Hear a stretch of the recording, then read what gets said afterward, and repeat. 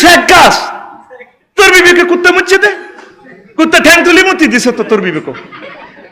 আর কুত্তার মুতার তো স্টাইল দেখছি কি বেজ্জিতি করে কয়, এতে ডাইরেক্ট রিভলভার উঠে মেশাপ করে দেয়। চাইলো সোনার বাংলা আমি তোমায় ভালোবাসি, চাইলো এটা। তুই কেন শেখ খাবি?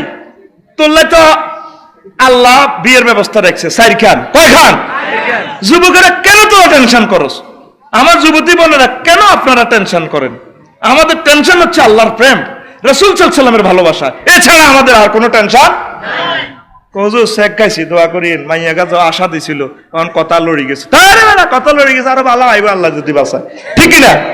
আর কথা দিল কা তুই ললি কে কথা, কথাও বুয়া তুইও বুয়া, ঠিক রে? আত্মহত্যা করা যাবে না। আহা যুবক, এই যে বিভিন্ন জায়গায় আত্মহত্যা করে দেখছো তুই, সিএনজিত করি ওগলা দাঁত করি হাতেরে বাঁধি, এ ছোট্ট নোয়াখালী জেনারেল হাসপাতাল তো পোস্টমর্টম করে, কলজাটা সিঁড়ি রে ছোট্ট খুলি কিতা কিতা করি এমনি হাতে পোস্টমর্টম।